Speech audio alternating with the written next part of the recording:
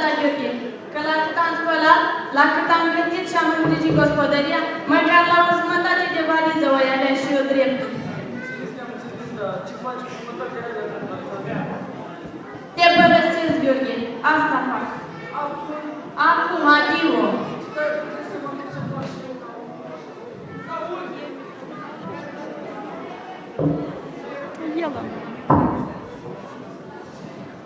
Stai să mă duc și fac și eu ca omul și... Dar du-te, mă, omule, liniște, du-te, că toată viața ai făcut pipi pe sentimentele mele, nesimțitule.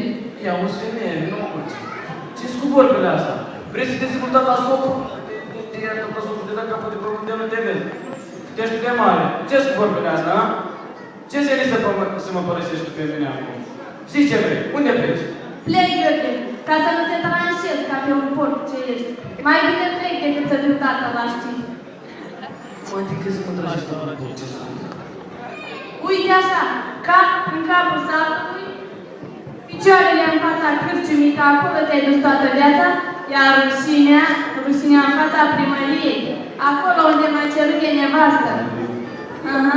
Acolo unde m-ai cerut de nevastă și ai jurat în fața lui domn primar că o să-mi fii credincios până la viață. Iar tu, Gheorghe, măi, Gheorghe, mă, dar eu ți-am zis, mă, că mie poți să-mi faci orice. Poți să nu vii cu leafa acasă, poți să mai te împici și tu așa câteodată, că de asta ești bărbat. Măi, Gheorghe, mă, dar poți să mai tragi și mie așa câte o mamă de bătaie, că mai merg și eu din când în când. Măi, Gheorghe, mă, dar e un lucru nu drag, să mă înșeli tu cu altă femeie. Ce? Cum? Cine ți-ai mă gândit? M-ai înșelat, Gheorghe, m-ai înșelat. Cu cine, mă? Ce credeai că nu aflu?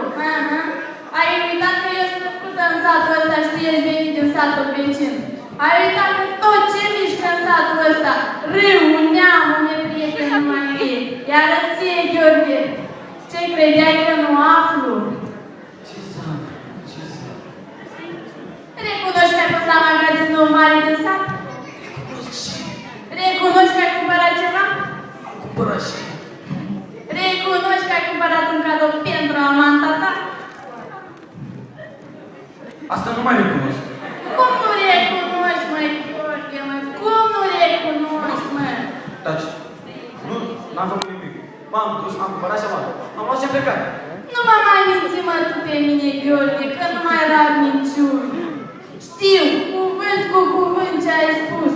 Ai spus, dați un cadou pe de ziua femeii, așa că puneți-i panglică lucioasă. Cum nu recunoști, măi? Cum nu recunoști? Păi cine e femeia asta, măi, Gheorghe, mă, de cumpărat o panglică lucioasă? Că ziua mea a fost luna trecută, iar până la Florin mai e, mă. Cine e femeia asta că fac moarte de om? Tu ești, bă. Tu ești femeia aia. Tu ești. Ce semănă? Ce semănă? Serios. 8 martie. Și ce de 8 martie? Ziua bărbații. Femeie. Deci, mâine e ziua ta. Hai, mă, Gheorghe, mă, nu mă mai minți, mă, tu pe mine, că șmecher ai fost toată viața ta, mă.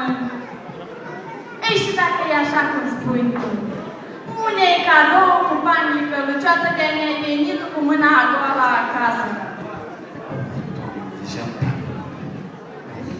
Pune-i, Gheorghe. Ce să zic? Am vrut și eu să fiu un pic mai romantic. Să avem și noi momentul nostru. Dar așa ai putea să strici cheful la oameni. Du-te și te uite pe fereastră, vezi cadou cu panglică lucioasă la gând. Gheorghe, mamă, ce frumos e, mânca la mama, vai, tu! Câte kilograme are? 4. Vai, dar ce frumos e! Auzi, Gheorghe? Dar se poate să dai de Crăciun cadou de o parte? Bă, de o parte de când vrei tu.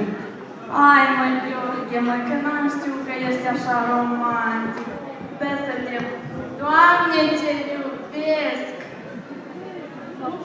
Gheorghe, am uitat de tine. Ai, du-te despre treaba și tu ca om. Nu mai e nevoie. Cum așa? Am făcut-o la fața lui. Aoleu! Să-ți dau și să vezi ce... Nu, pe unde e ieșirea? Hai că vin după tine vin.